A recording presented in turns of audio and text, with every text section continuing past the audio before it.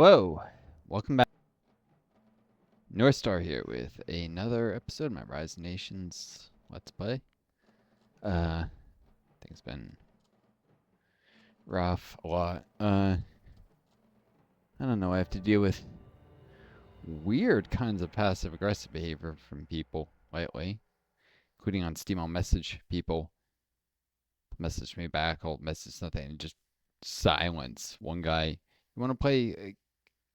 I mean, hey. Oh, I'd love to play games tonight. I messaged the guy way earlier. Sure, we could do this game. Just silence. That might not be my passive aggressive. That's just weird bad luck. But then different guy. Hey. Start talking about something. Holy shit, I'm busy. Then why did you reply? It's sometimes I think all the terrible luck and weird things that happen in my life. Well, it's a cursed life. I don't know. I don't deserve it. I've done nothing but kind to people and trying to make this world better, but someone's gonna have bad luck, I suppose. All right. If any of you've ever watched, I'm not watched. If any of you've ever, these pikes are dug in, so he's on bone. If any of you ever read the book The Giver, and maybe it's like that. Maybe in this life, some of us have to have terrible luck or misfortune, so others can be better. In that book, there's this guy, a character who suffers so others don't suffer, though it's more along the line it's of absorbing physical ailments. Although with the onset of long COVID and physically suffering from that, it almost feels like that sometimes too. I'm sure it's nothing like that, but one can wonder why some people are so lucky, fortunate, sometimes terrible people. And other good people, not so much. I've known a lot of good people who suffer.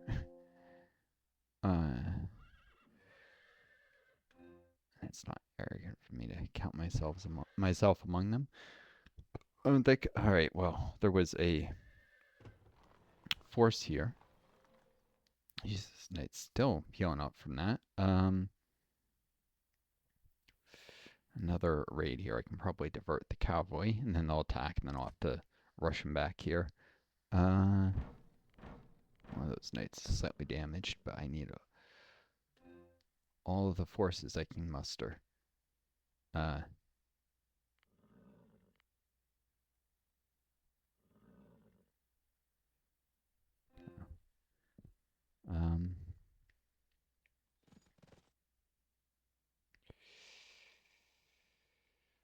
hmm.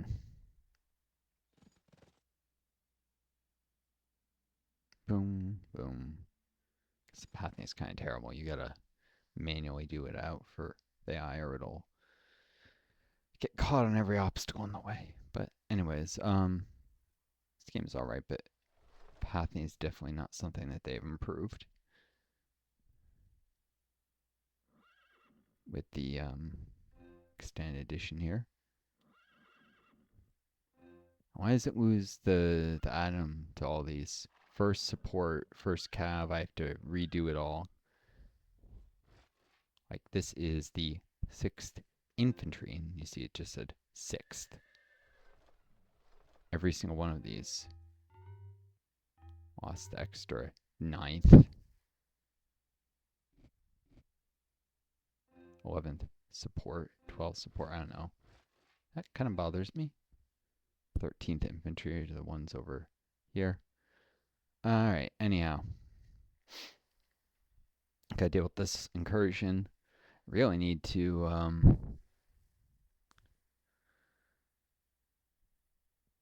jurisdiction.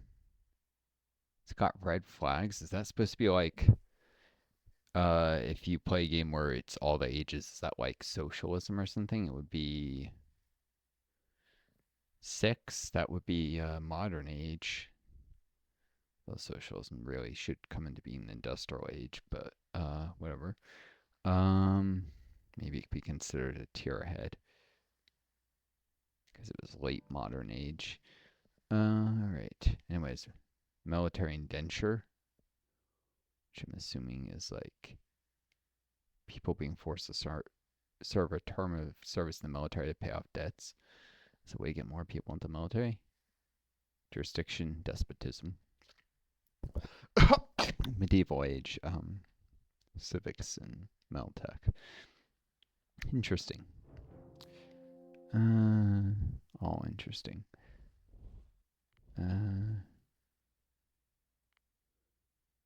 These guys, yeah.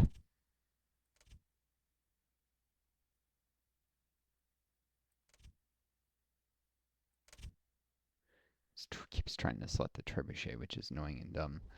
Let's see. You know, this click-through thing is not something anyone should have to deal with. Alright, anyways, I'll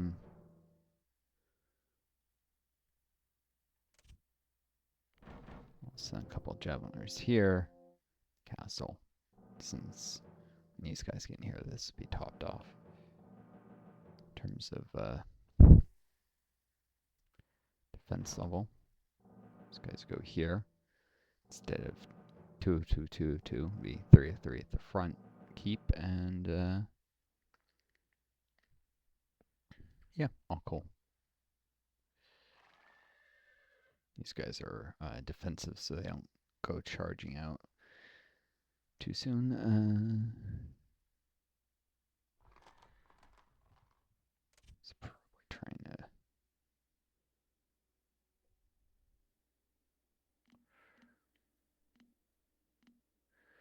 It's more far away. Alright. Never have enough units. What I really need to do is, of course, attack soon. Can't just keep defending. It's not how you win anything.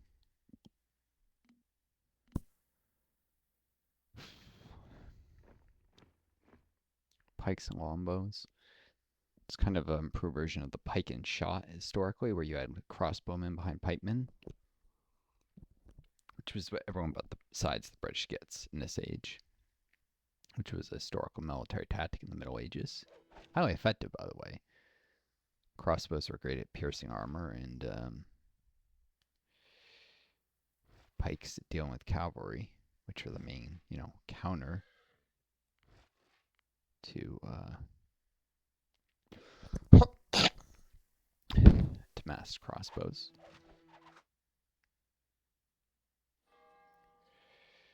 Right.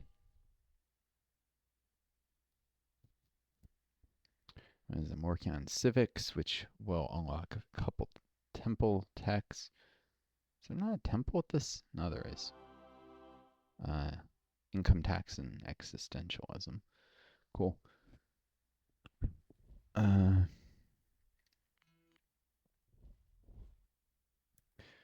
Couple elite javelineers here.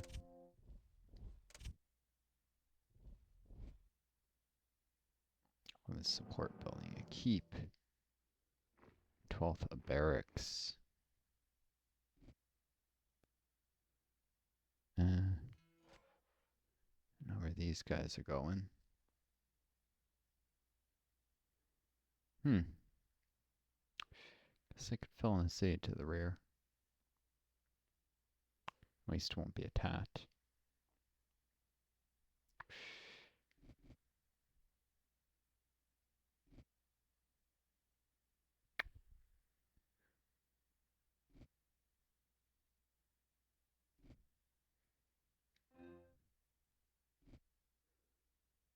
Those who aren't doing something. We don't need to put the sea quite that far. Anyhow.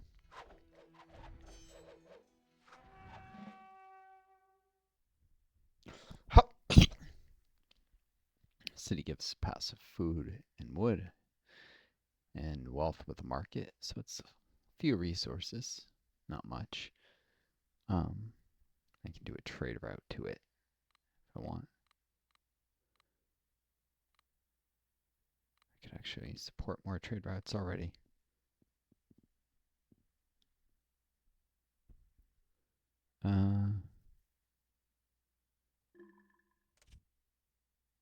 I'll do another caravan or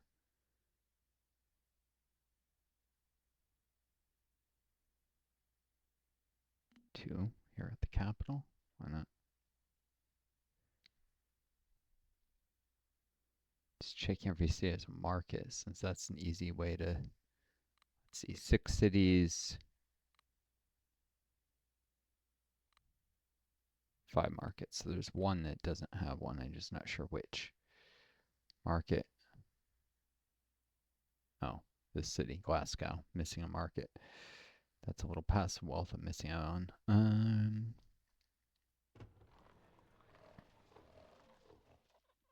It's got 3 farms, a granary. So it could have a couple more farms too. Doesn't seem to get raided nearly as much as the other city further forward. Build a couple citizens.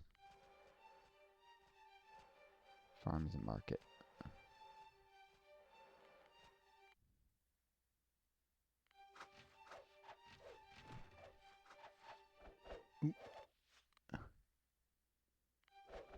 Very slow work. Fewer pauses. Maybe this guy's gonna get murdered. Guess it doesn't matter if I try and have him make it to the keep. Probably won't.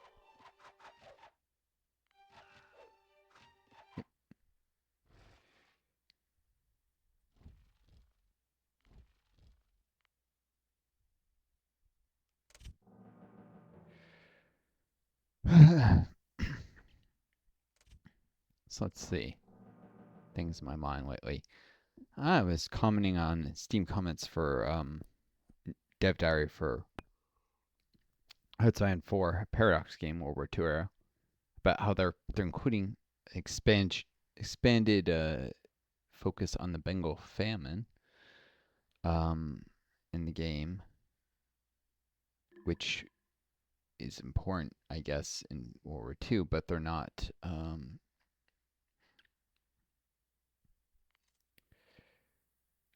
in any way acknowledging that it was, man-made, caused by the British policies partly. In fact, that they have focuses interact with it, so they're not just making it like an event that you can interact with, but they're all for the British Raj, and ignores the fact that England itself was involved, requisitioning food from that area and agriculture equipment earlier, before the famine, which is how it helped lead to it. Agriculture equipment that is not like plows, but like draft animals could pull carts, used them to pull carts to bring supplies to troops to the front, but the farmers needed those draft animals for, their harvest. And then there was a rice disease that people were on the verge of starvation. Anyways, thinking here for a second. This is giving me a second to think why. Oh yeah, let's add another trebuchet. I need more fire support. And we need a few more archers.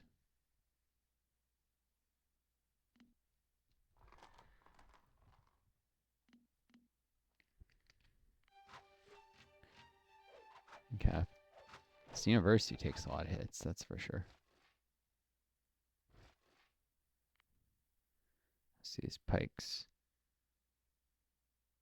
I don't see any units that are going to charge these pikes, so they should probably fall back to the castles too. They're already wounded.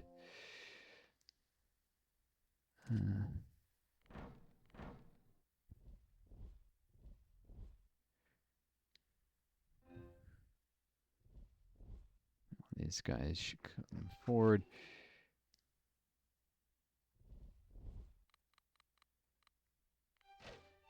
It's time to move forward. Them.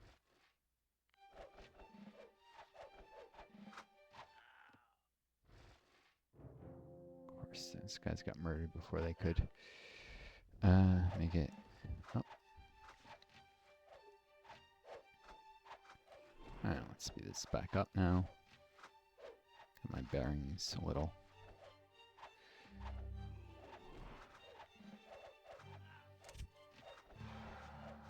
Gotta act earlier when a unit's getting hurt or they're not gonna survive.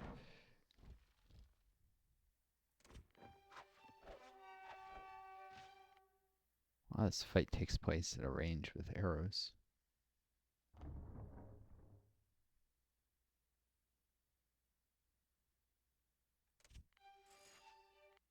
I don't think the trebuchets are actually close enough to manage to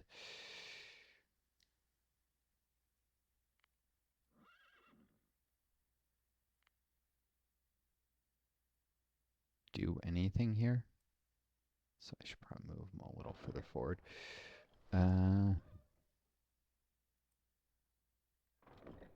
Ditto for these.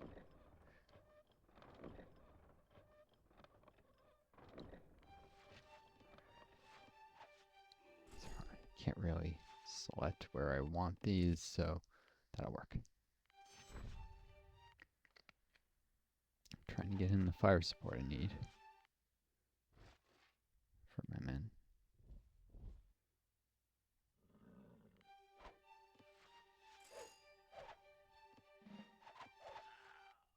Okay. Archers. Kill those Scutarii.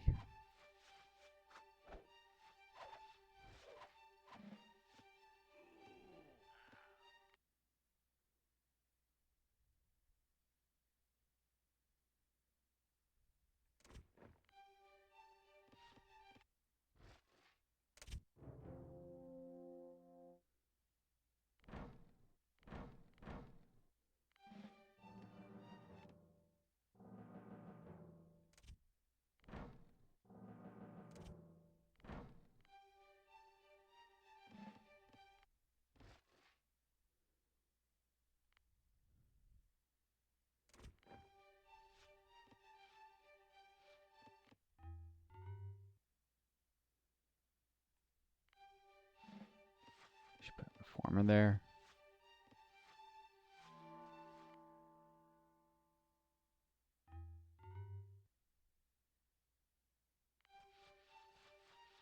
Maybe I should have tried to bribe that general instead. I don't need another one though. I think killing a general gets you something. Maybe that's just a patriot.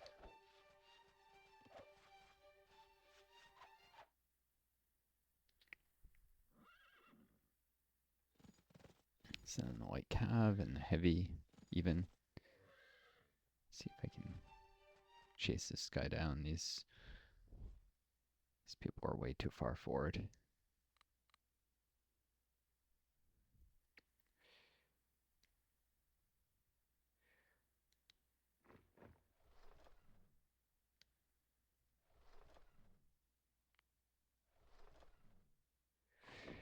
Alright.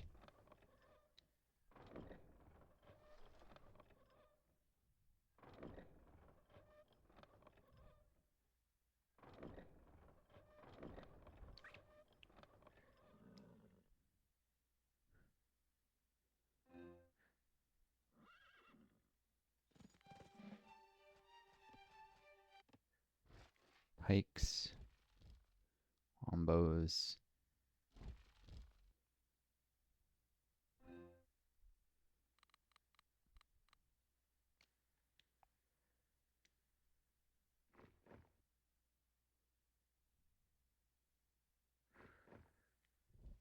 Javelineers.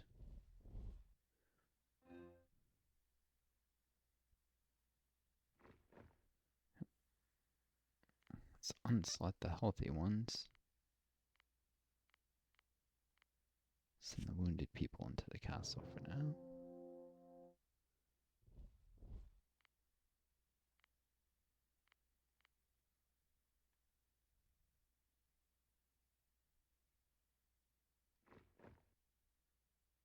The healthy boys here.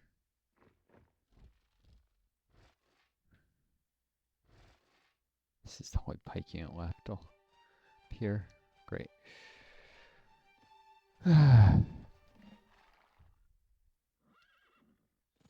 As I know, my diversion ram things is kind of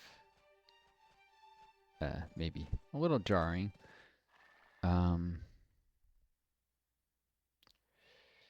know. Let's talk about things that have been on my mind, but a castle? Really?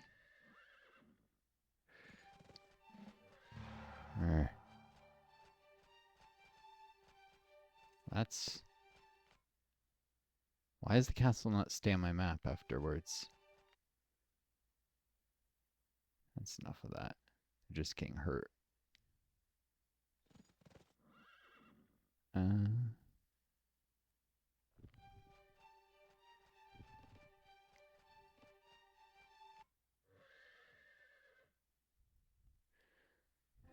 Enough of... I'm just going to make this all white cav.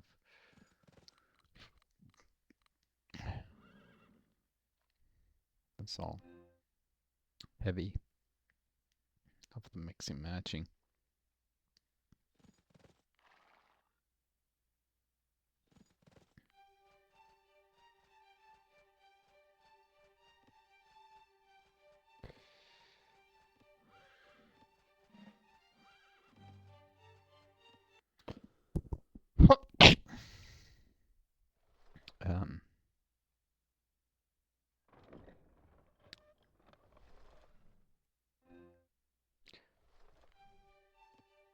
But yeah, filling the silence also. Sometimes things that were irking me, I wanted to mention. Recently on my mind, you might say. Alright, all these pikes here.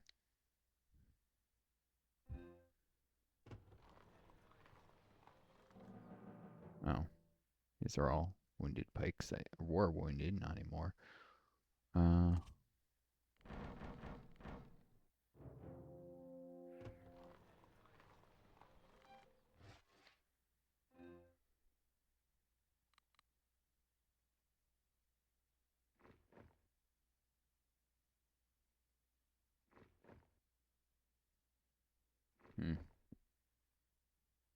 So people being inconsiderate, rude, various injustices,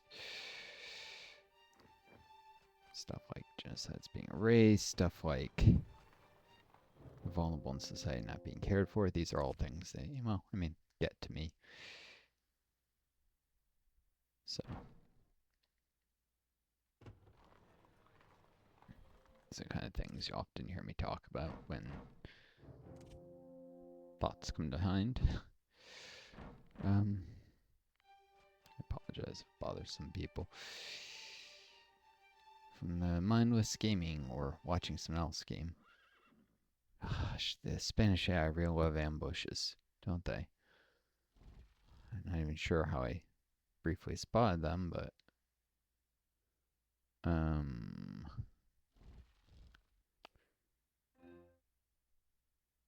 yeah, this is gonna be trouble. It just constantly forces me to readjust my formations, which is irritating. The AI can do it instantly. If it even bother with proper formations, I cannot. Takes planning.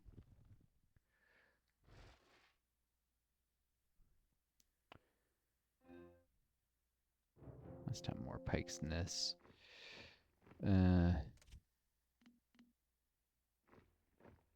Train a few more.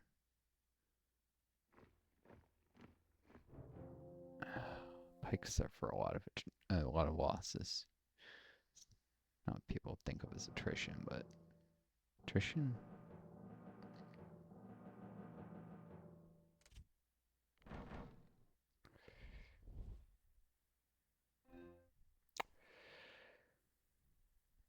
Anyways, some games more mindless than others.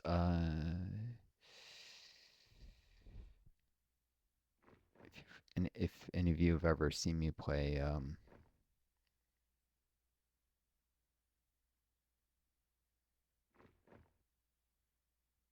pop-up dungeon, for instance, I'm a little more focused than that. some let's plays on that. I'll get back to doing more eventually too. Just trying to diversify my channel, get more viewers. Just gonna have to rely on stakes to provide whatever protection I can, and it's not gonna be good enough, honestly. In fact, longbows are just gonna have to fall in here.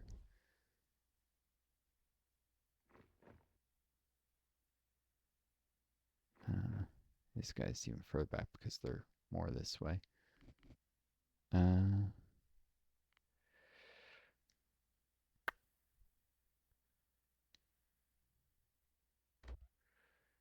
city certainly isn't getting attacked. It's not far from Lancaster, so probably that's where I'll run a caravan from.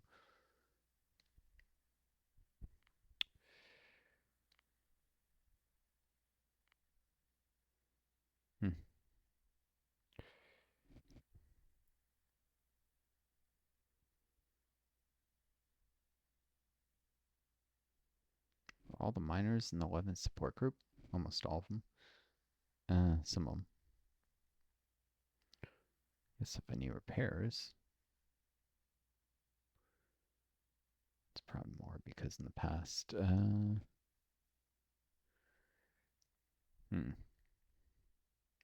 Yeah.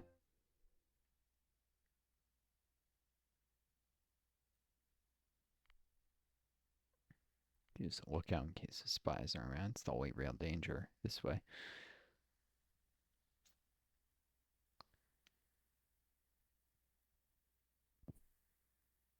The line of sight must go up with something. It's definitely further than it's been in the past. Guess that can warn me of deep raids, as unlikely as they are.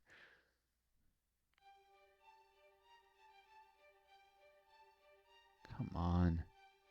The fact the units even get traffic jammed on each other like this is ridiculous.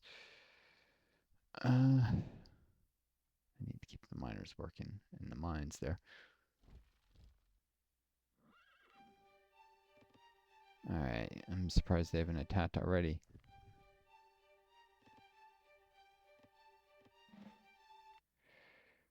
So I'll have to do anyone who's in position already will entrench. While the rest won't.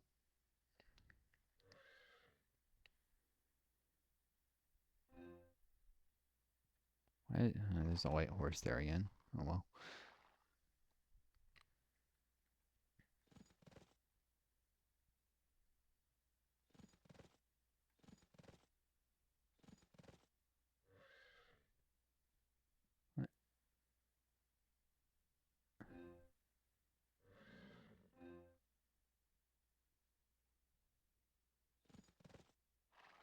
White horses should be behind the heavy because otherwise the charge very often of enemy heavy horse will wipe out the light.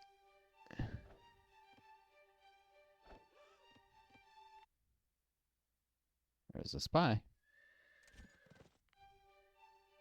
I spotted because of my lookout towers.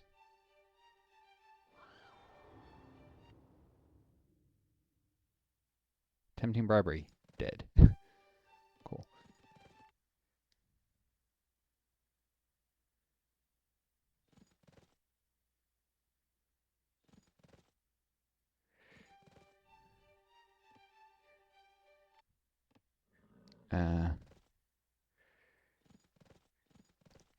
Pop them out that way so they don't get caught. Units as much. Still gonna get caught and stuff.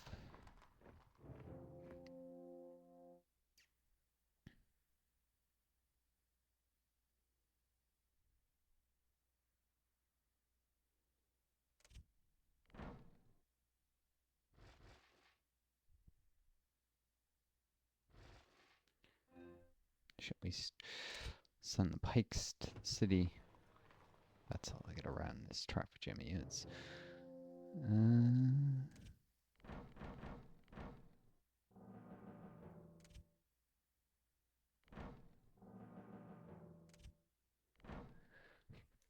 Path people through the castle too.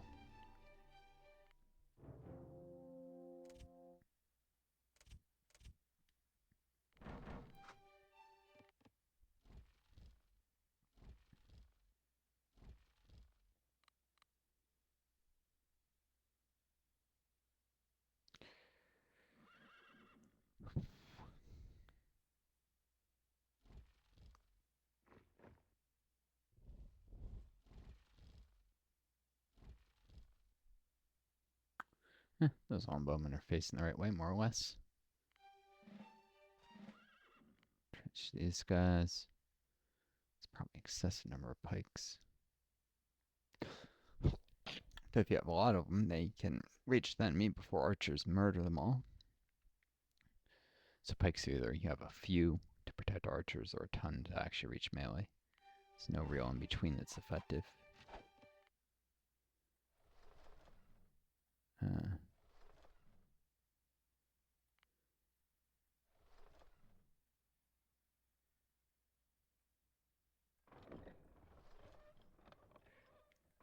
I'll put this here.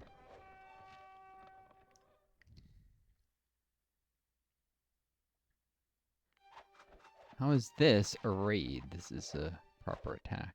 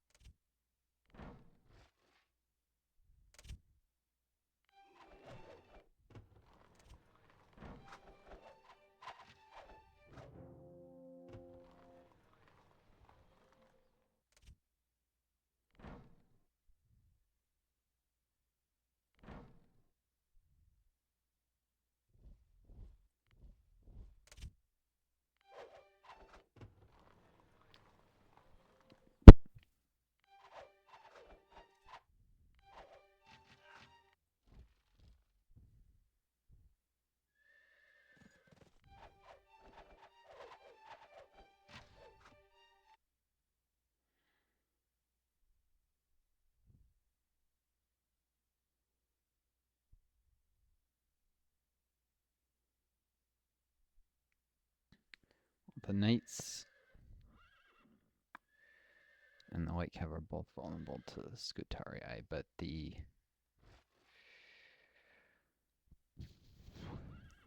knights are probably a little less. You know what though? I'm actually gonna pull back. That's all they're facing me with.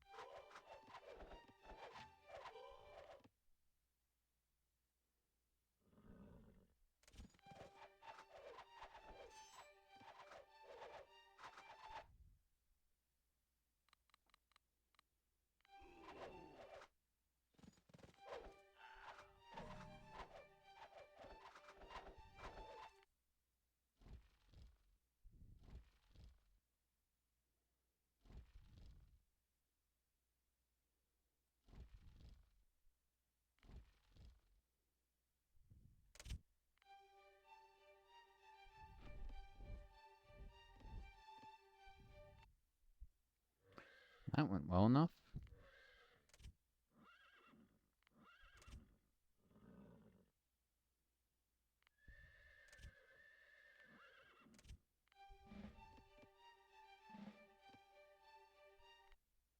So yeah, oh yeah.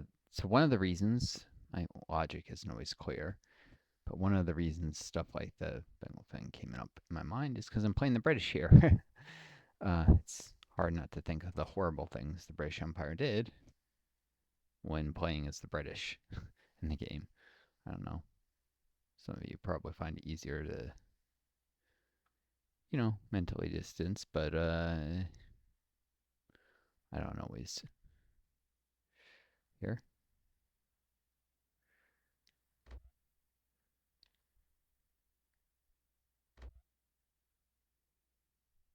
So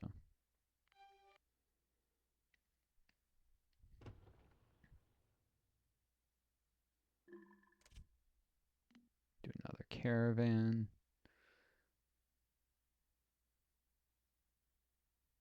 Temple upgrades. Where do I have temples? Income tax. In the Middle Ages. Okay. And existentialism. This point will definitely be capped for wealth. Even with the higher cap.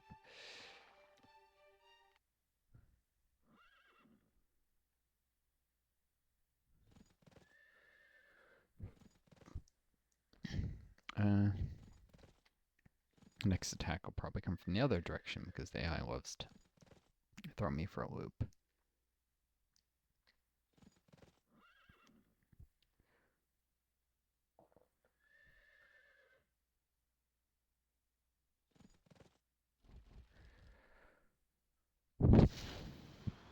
It's just how it is sometimes. Keep my longbows a little more central here because they're my more effective units.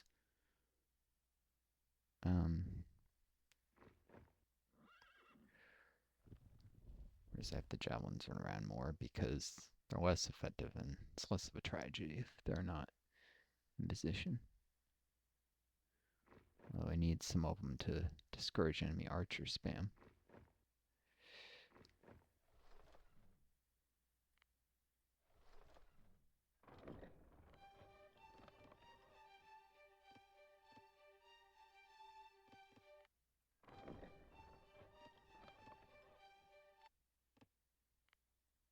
Cool. But yeah. Doing evil things certainly is facilitated by being an empire, but it doesn't have to happen. The reason it happens is because empires are not run exactly usually by moral people or an entire country. They're led by a small group of powerful, wealthy elites. Any empire, any time in history, and those elites often already exploit horribly their own people. I don't think too much of exploiting people abroad either. Even if a society starts out relatively egalitarian, like the United States did, relatively, there was still some really deep inequality in the colonies.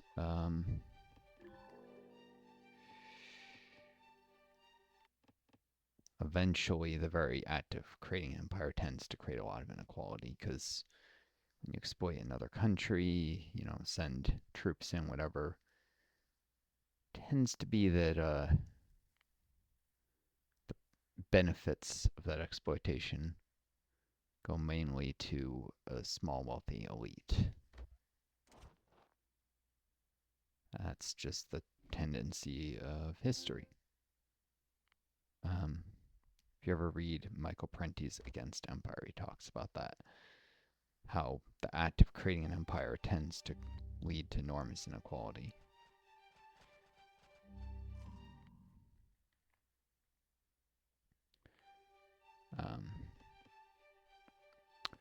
Like when the British East India Company came into India, for instance, they very much had most of their, profits going to a small group. The top of British society wasn't equally distributed, and therefore exacerbated inequality in the British Isles, which in turn led to a society controlled more by the rich than before. Same thing with American empire, same thing with literally any empire you can name. There's already inequality in your society to begin with. Then the people at the top will find it easier to exploit that new situation.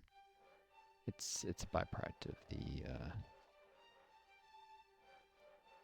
capitalist mode of production. And let's get on with the 650.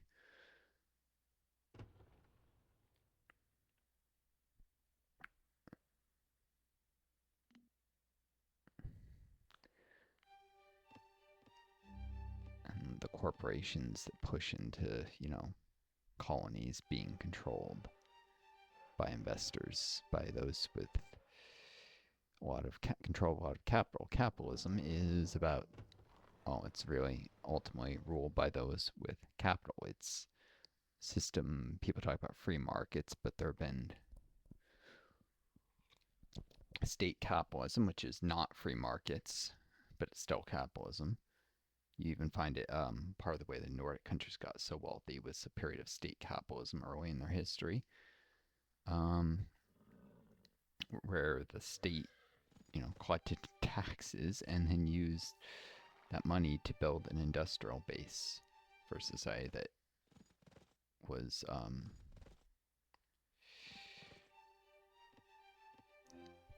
basically subsidized by the taxpayers.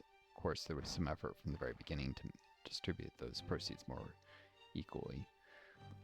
In fact, a lot of Nordic countries are social democracies now. It didn't happen by accident. It had a long history, going back centuries. Guess I could throw in a heavy horse archer.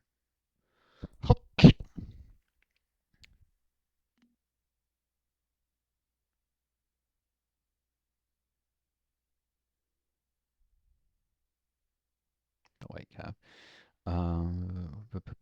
They also work well. They work even better with heavy cav since heavy cav can demolish them. Light cav can demolish them, I should say, and heavy cav demolish light.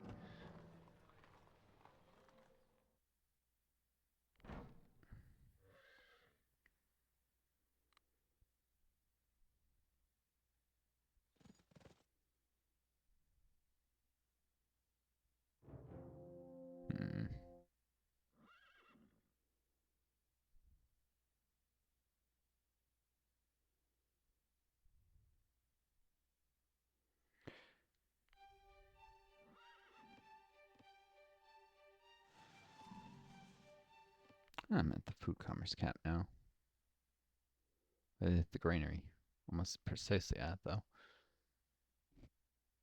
It's plus 30 food per. Okay. So this. What was I at? 620? 630? 3. Yeah. One of these people is only essentially working at half productivity. So that's not bad.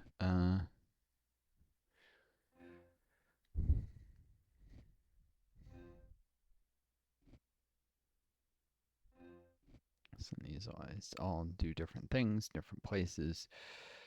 Okay, that's a lot of excess. So what I should do is either just delete some caravans or haven't found new trade routes since they produce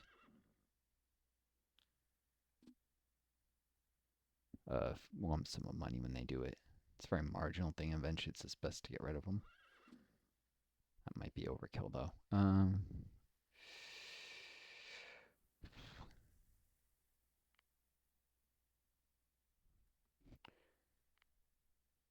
So these lookouts are not super useful, but I could put one back here.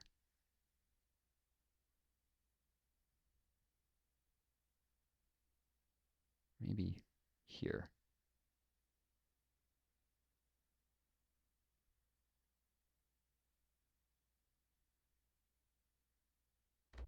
Let's do it there.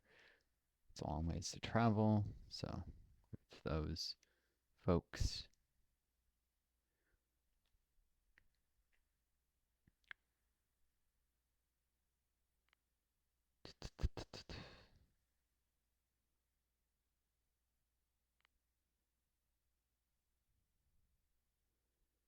Needs stuff to build up Richmond, so I guess the stable. It's not super useful, but can be used to rush support to Bristol if absolutely necessary, or if it falls, to be prepared to retake it quicker.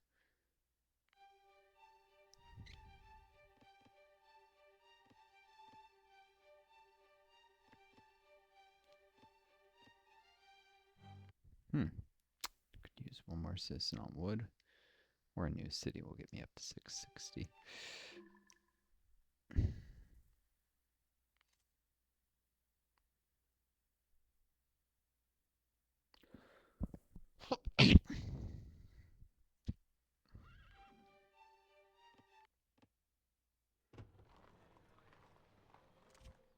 Have any people around here to repair anymore. I want to do other things. Maybe I'll end up working there.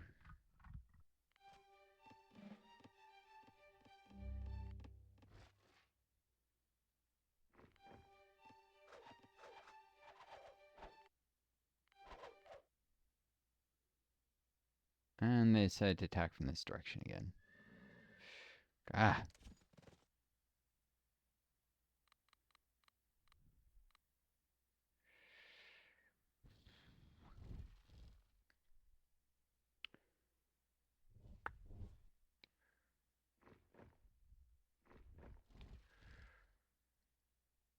Guess the front ranks archers should face this way. Or I shouldn't say the front, but the flank here.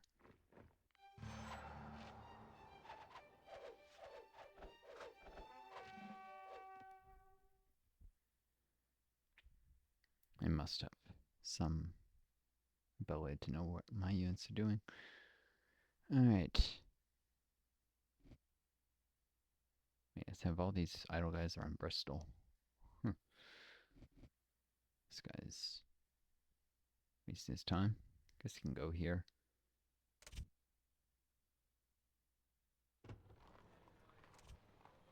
Stick a few people in that castle.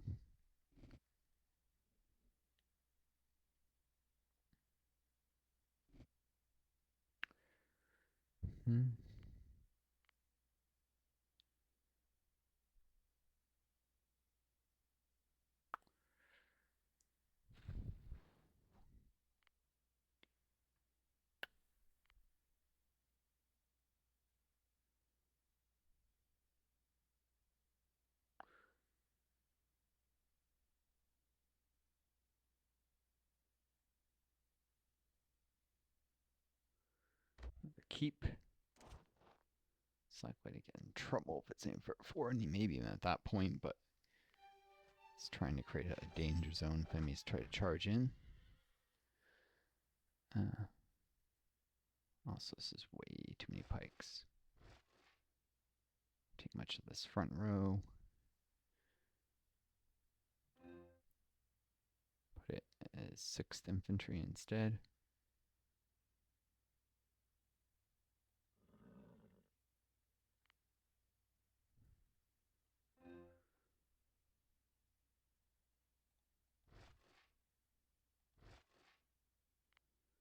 Alright. These guys should go up here.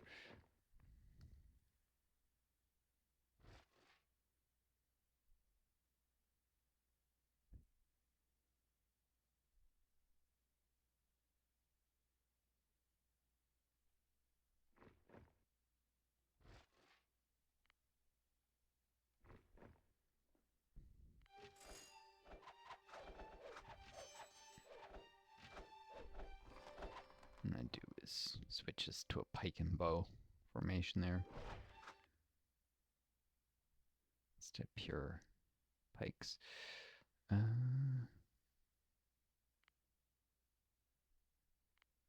Guess one more barracks wouldn't be amiss.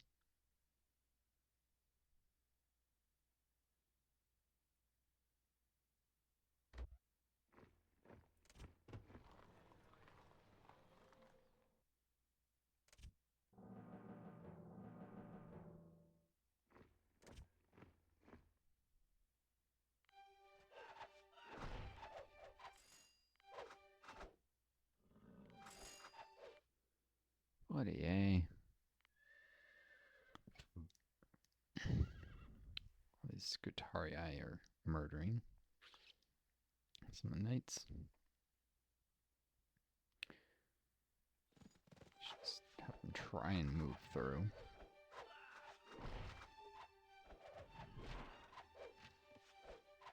Get to this soft stuff back here. Instead of facing Scutarii. I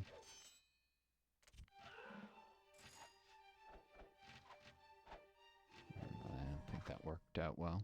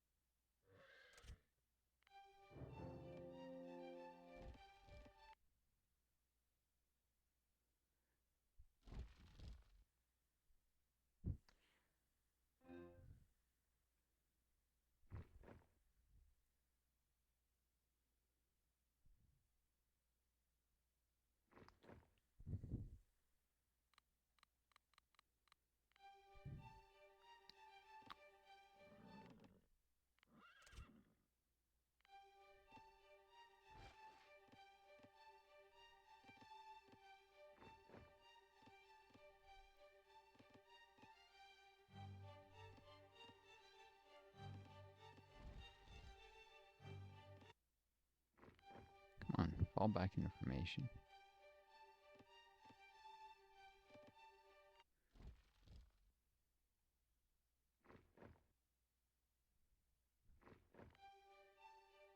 Or there, just get in line. Formations exist in the real world as much, so that leaders can figure out where units are, give them orders in a logical manner, so the soldiers themselves know where they are and what they're supposed to be doing.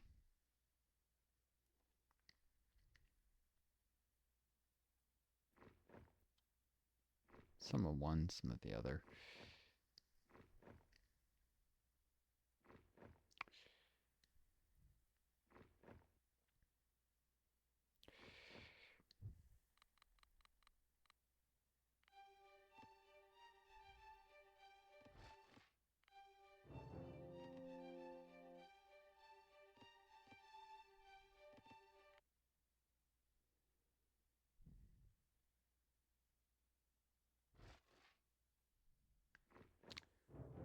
I mean, the importance of soldiers knowing what they need to be doing is something that should not be discounted, of course.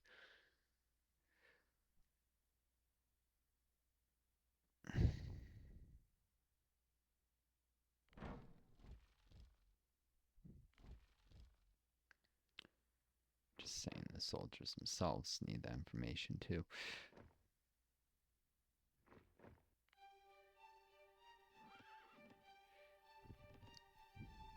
So they can fight effectively as a group.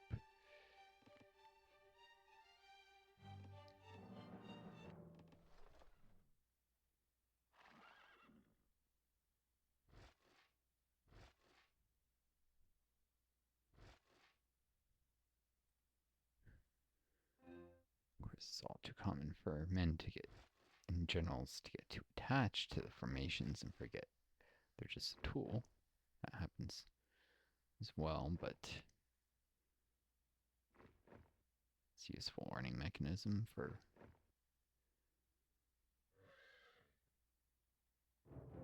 generals who can't necessarily practice on endless wars to get good at their craft. After all, constant warfare is destructive. It's disruptive and destructive.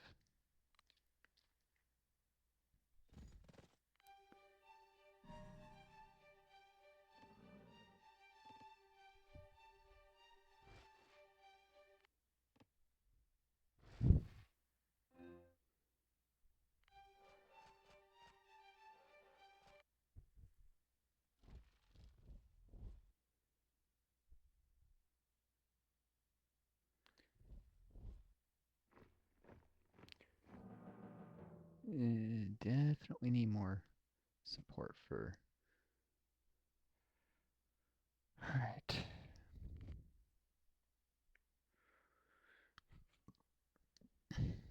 Hmm.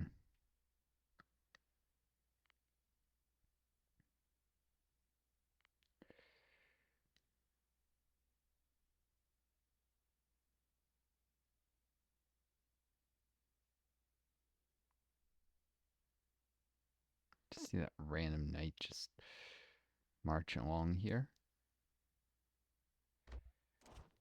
Guess I could build another castle. I don't wander my countryside in case of attack from this way.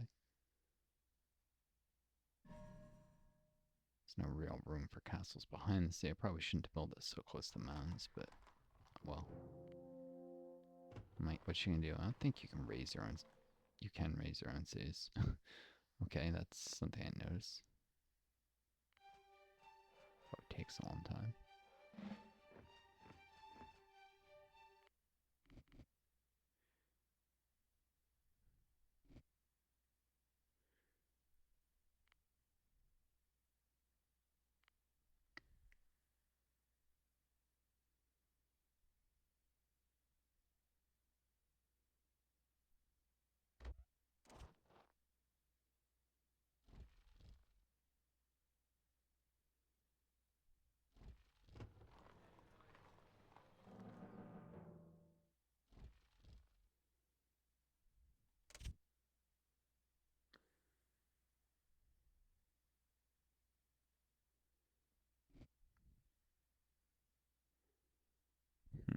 Wish I could build walls. Something this game is missing. Probably it was tested out and it was either too buggy or the devs felt it slowed down the game too much, or they made an early design decision not to have walls to avoid combat becoming too slow for many players.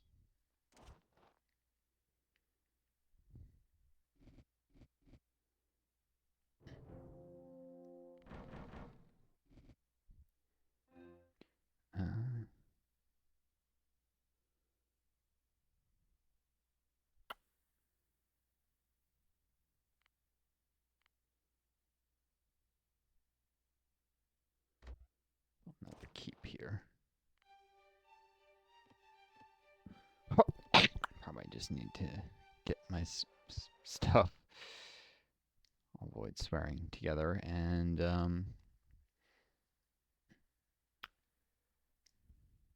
attack. Instead of this endless building of fortifications. Some of them not even places they're likely to see combat that much.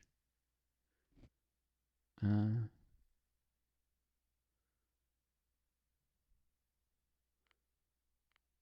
one more city here. Might provide a little border pressure. More likely to focus enemy attacks on it.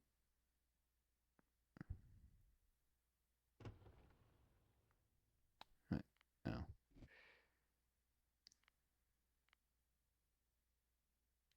There we go. Further back here. So I don't want trebuchets hiding behind the forest. That's no room behind it for shoot. For a castle. There we go. Interesting that flattens a bunch of terrain. I don't know if height matters at all in this game. Probably doesn't. I know there's mods that make it. But it would be silly if it does, since you often can't tell what's higher or lower with this two-dimensional view. Unless you're going to add a height map.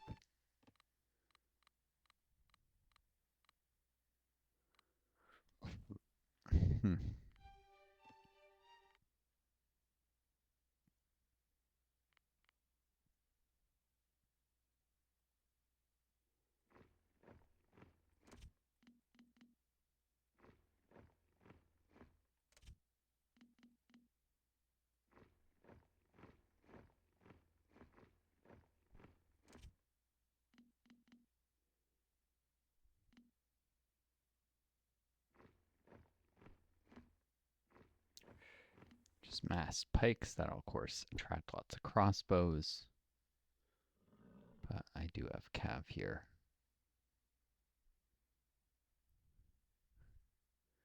Just waiting to make a mess of such.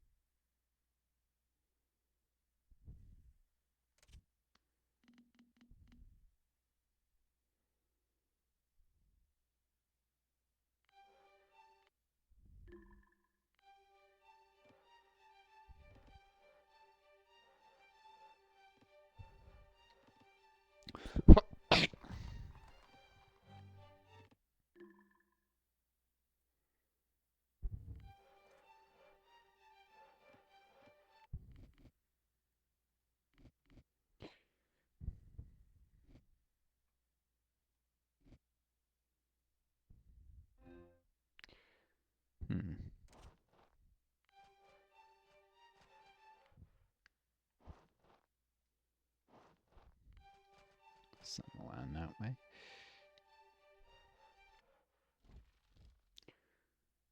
Crossbow is probably just the only unit that's not stealth.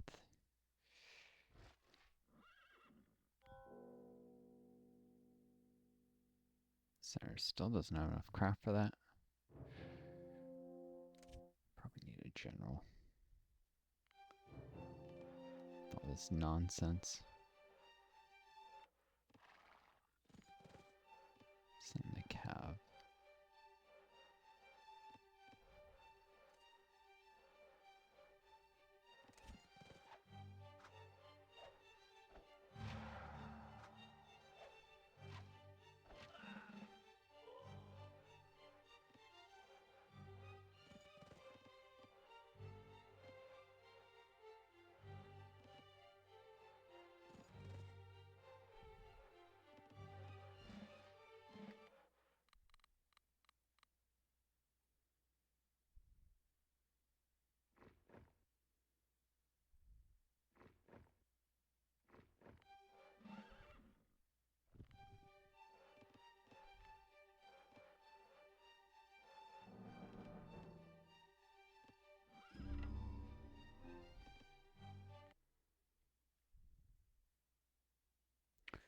Alright. Birmingham's undoubtedly gonna draw some ire.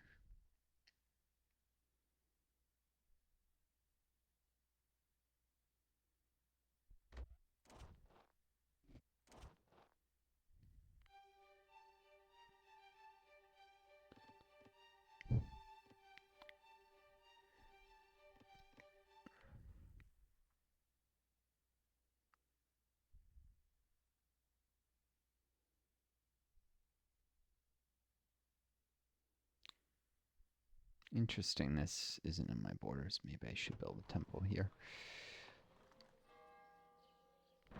Also, no more need for scholars anymore. There hasn't been for a bit.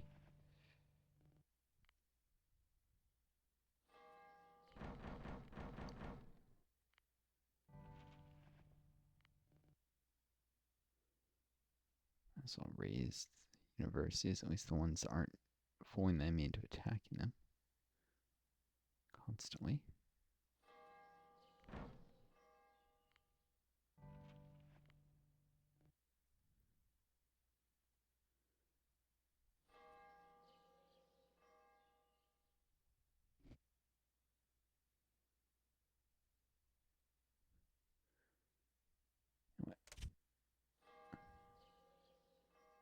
Put a castle here or something. This is silly. Oh. No. Too late.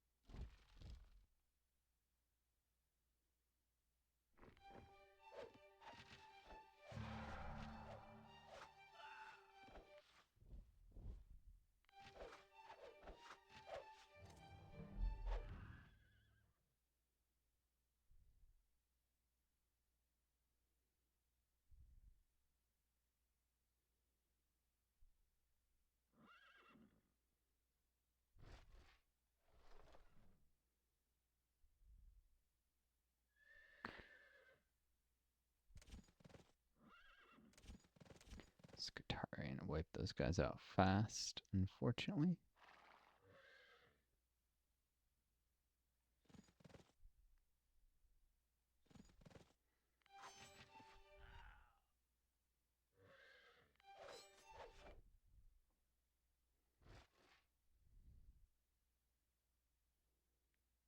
That's text error. The overlaying itself like that.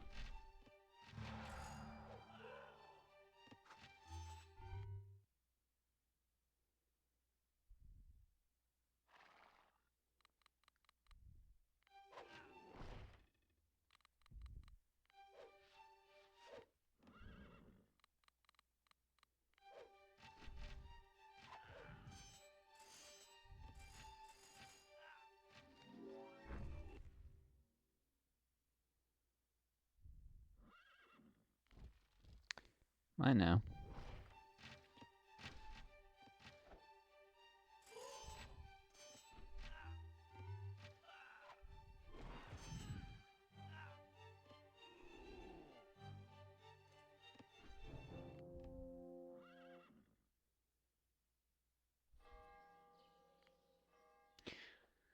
All right. How am I doing for time?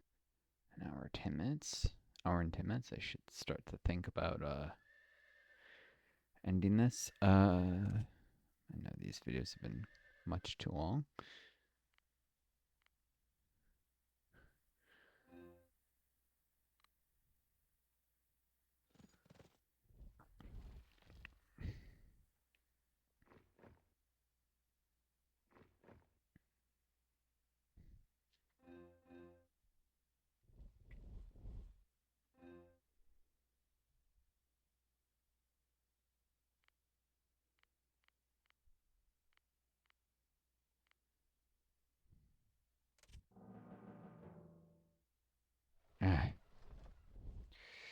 But yeah, when I was talking about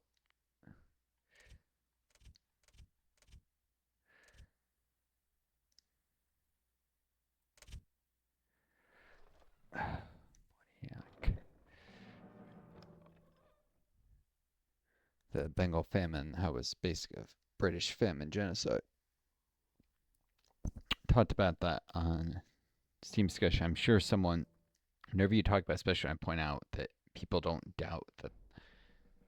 argue the Holodomor wasn't a famine genocide. At least the people claiming the Bengal famine wasn't.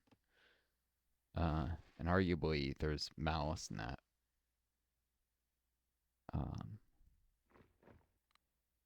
Event, but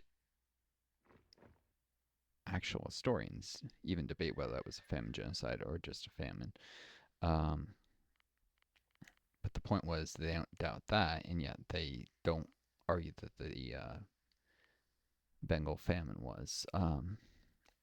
Pointing out as a double standard there. But part of the reason that even came up is because any sort of discussion of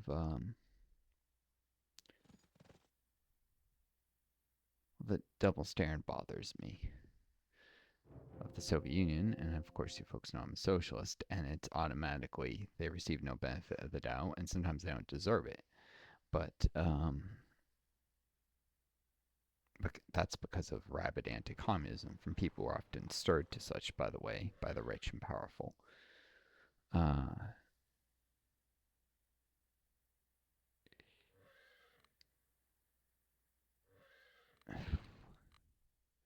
But you talk about the British Empire, and because they were capitalist white power, which is another thing, because some people don't view Russians as white because of extreme racism, and so that applies to the criticism of the Soviets, especially because the Soviet Union did include Muslim countries like Turkmenistan and such. And Mongolia is part of the Comintern and so forth. There's an alliance with the Soviets, and people move freely across borders. So, because they were a tolerant, multi-ethnic society that largely included a lot of brown people in it, that of course gets hatred from the fascist, super racists out there.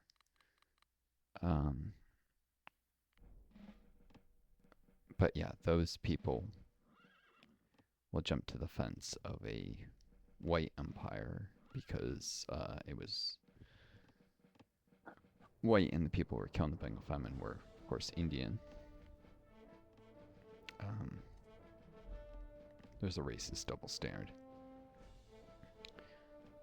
And that's not by accident. Not at all. I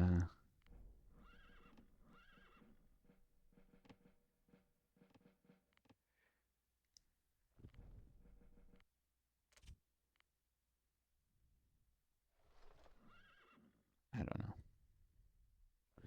And it bothers me, as particularly as a socialist, somebody who's had to argue that particular event and argue the proof that historical evidence shows that the genocidal intent was in local officials who were in charge of overseeing the Ukraine with the Holodomor. Those were the individuals who shot people for hoarding food and stuff, went far beyond the stated written policies of what they were supposed to be doing because they were racist and they didn't like Ukrainians. Whereas the top level officials, well, let me put it this way: some people were put to death for afterwards for what happened. Some government officials, local ones. Now, people could argue that's people trying to deflect blame by finding a scapegoat. But when it consistently happens that racists are put to death throughout the Soviet Union, which they were, and people who commit hate crimes were often executed, it was probably, I hate racism greatly, but that was probably, some people would argue, a bit too harsh, but that's what they did nonetheless. When you have that established pattern of behavior of literally executing racists, it doesn't seem likely that that's just a scapegoat thing. It fits with the established pattern behavior. Part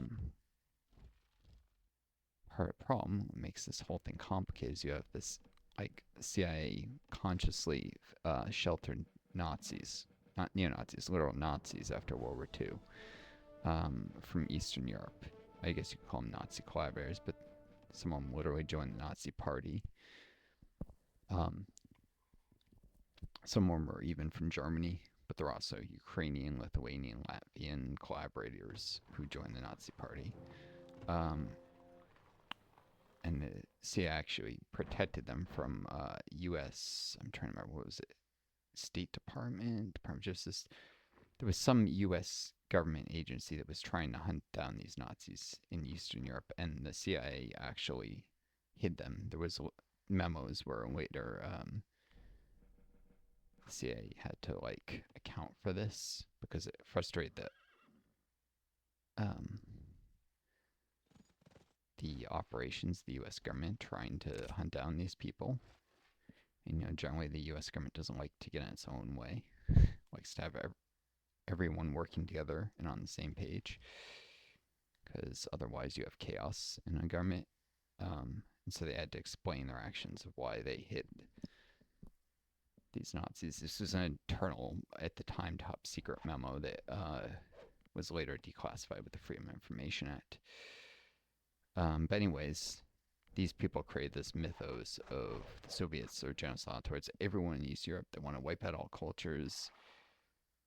And like all effective propaganda, there was a smidgen of truth to it, because there was some Russian superiority that found its expression in the Soviet Union, although the official policy was to protect cultural diversity, and actually in some cases dead languages were resurrected. Like languages no one spoke anymore were taught in the schools and even forced on the people, to the point of forced cultural assimilation into dead cultures just to maintain cultural diversity, which is, again, heavy-handed and probably taking that too far. Something like that ever happened in the modern, like, U.S. or something, I'm sure the racists have a field day with it. That's like the worst nightmare of the people who rant about multiculturalism and stuff.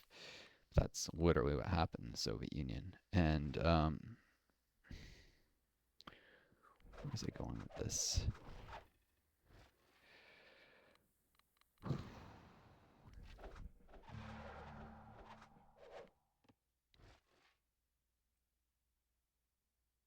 So the point is, you get a large country that's unwieldy and hard to manage, and left hand doesn't always know what the right hand is doing, which was of course true with the U.S. government at times too. Hence the CIA working against other parts of the U.S. government who were trying to hunt the very Nazis the CIA was trying to protect. The reason the CIA tried to protect them is because it gave a lot of them like new identities. Think of it as a witness protection kind of thing, and put them in the American Midwest, which was considered to be an area that was maybe a little more friendly towards far-right ideology at the time. The Bund movements and such, although they also had socialist elements, the Bund movements, so it wasn't just fascist. It was, but it was an area that was friendly to the kind of rhetoric like Huey Long and that kind of stuff, as was parts of the South where he came from. By the way, if you play Hearthstone 4, they try to represent this in all history past the U.S. with the Bund can side with the fascists or the communists if the U.S. goes all history and switches to one of those ideologies. It's an attempt to make the game imitate history with limited success. Anyways, the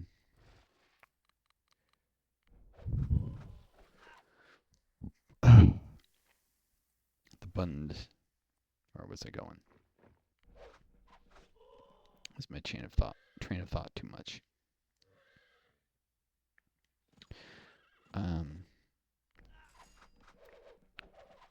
But yeah, these people were sheltered because then they were used to create anti-Soviet propaganda that was smuggled into Eastern Europe. Because I guess the U.S. government decided that some of the Nazi propaganda against the Soviets, because this wasn't like a new thing. Nazis spent over a decade building up propaganda against the Soviet Union before they came to power, but especially after, and anticipating that they were going to invade the Soviets well before they did. You had Nazi propaganda misters creating all these racist and fear-mongering narratives against communism and the Soviets, and creating the anti-Comintern Pact, anti-Comintern, right? And I think they tried doing it to the Soviet. I can't remember, but there was a whole series of pacts supposedly defensive against the Soviets, which were used to increase Nazi power in Eastern Europe. Hitler tried to claim he was some kind of liberator against the Soviet Union when he invaded the East at first, even though he had planned to murder slaughter, genocide everyone in like Eastern Europe and turn the whole area into a giant slave plantation. Well, not everyone, but most of the people, and the people left enslave a lot of the survivors. Like, obviously bad stuff he had planned, but propaganda makes it easier to fight wars. And another attack. Should we send the most damaged horses to heal? Need the healthier ones to fight.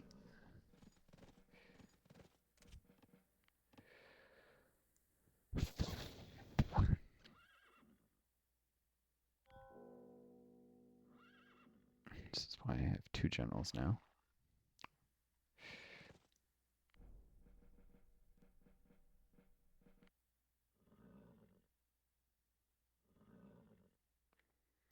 Anyways, so the CIA will co-opt anything it can to increase American power, and they've cleansed that infiltrator.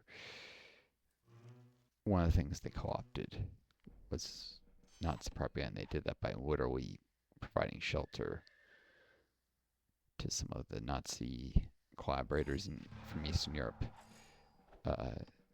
which the very reason they needed shelter is because the U.S. government was hunting these people, as were the British and the French.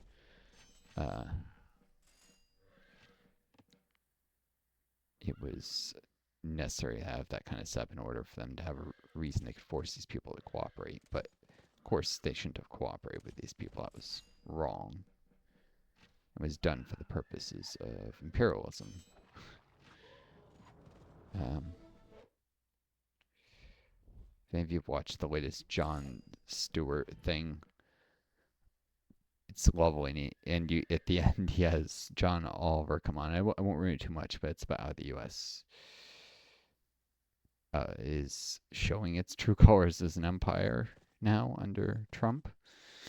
It's very good, though. It's funny. I cracked up laughing, which it's a very serious subject, and Jon Stewart has a talent for taking very serious things and making them funny, or at least make them something you can laugh at. And that's comedy at its highest level when you can do that.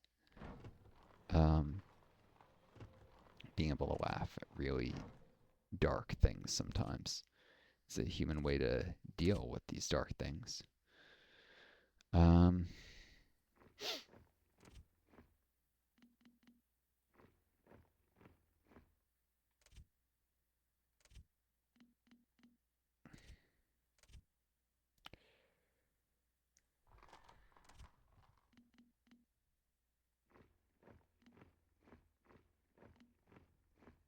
Anyways, I recommend watching it. But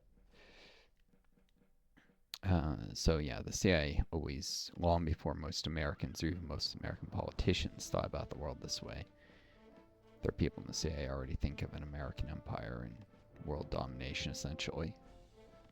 And the U.S. taking over the mantle of the British Empire, which John Oliver is of course British, so him coming on the Jon Stewart program, it's fitting. You watch it, you'll understand.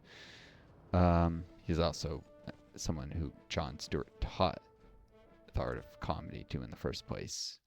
Like, he trained him up on his show, as he does many junior comedians. You see some of these people do little mini segments on Stewart's thing. That was how John Oliver started. He's doing little mini segments like that.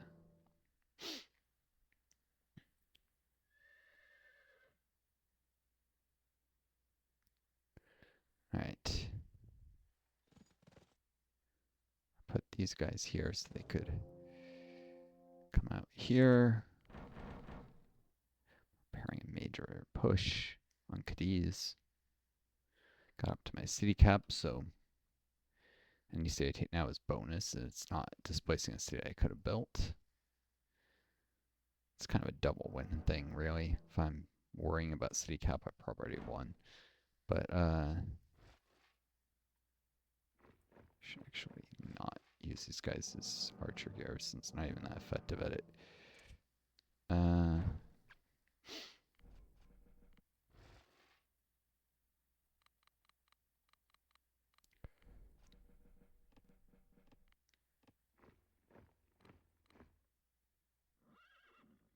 these guys on stand ground for now.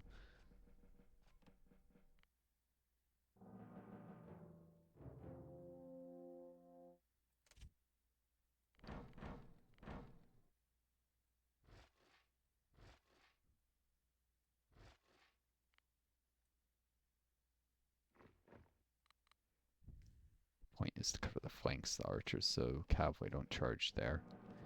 Flanking actually does matter in this game. Units do more damage against what's considered the flanks of a formation. So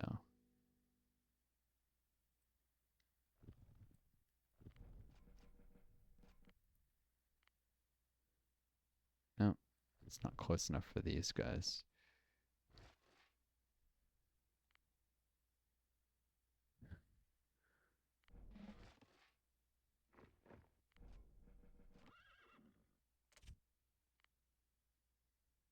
Wow.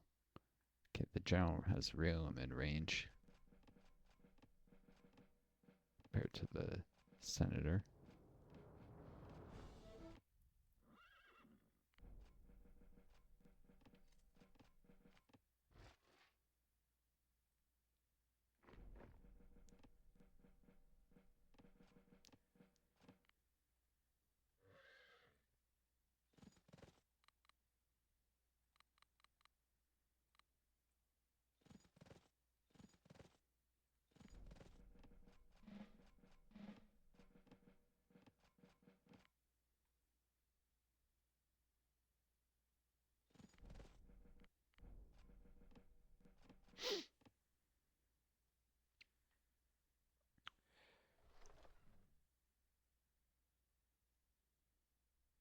Alright, that's probably quite enough of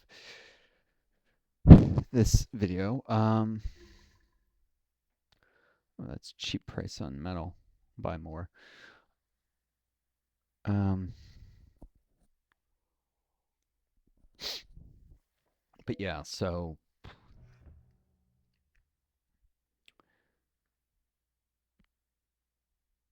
I know it's a wide-ranging discussion. It makes more sense when I say like type it out to people, especially before I went on COVID. I could focus my thoughts more.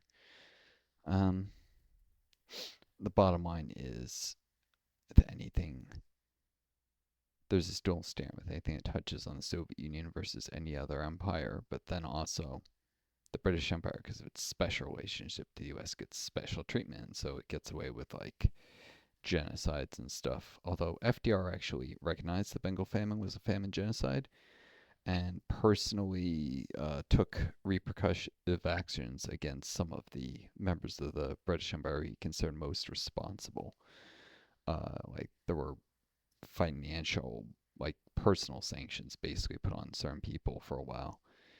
It was nothing but a slap on the wrist, but it was better than not acknowledging it or doing nothing like the US would come to do later when the British or French did horrendous things because the Cold War and if we too harsh on them, they'll go and join the Soviets. Unlikely, but if your cause requires excusing war crimes and genocide just to keep people loyal to your side, then you're probably doing something wrong and maybe don't deserve to win that war. So, yeah, okay. I'm learning from this campaign bit by bit, getting to be a better general. We'll be doing the Cold War campaign eventually, hence Soviets on my mind. Soviets and how we're going to get out of this mess of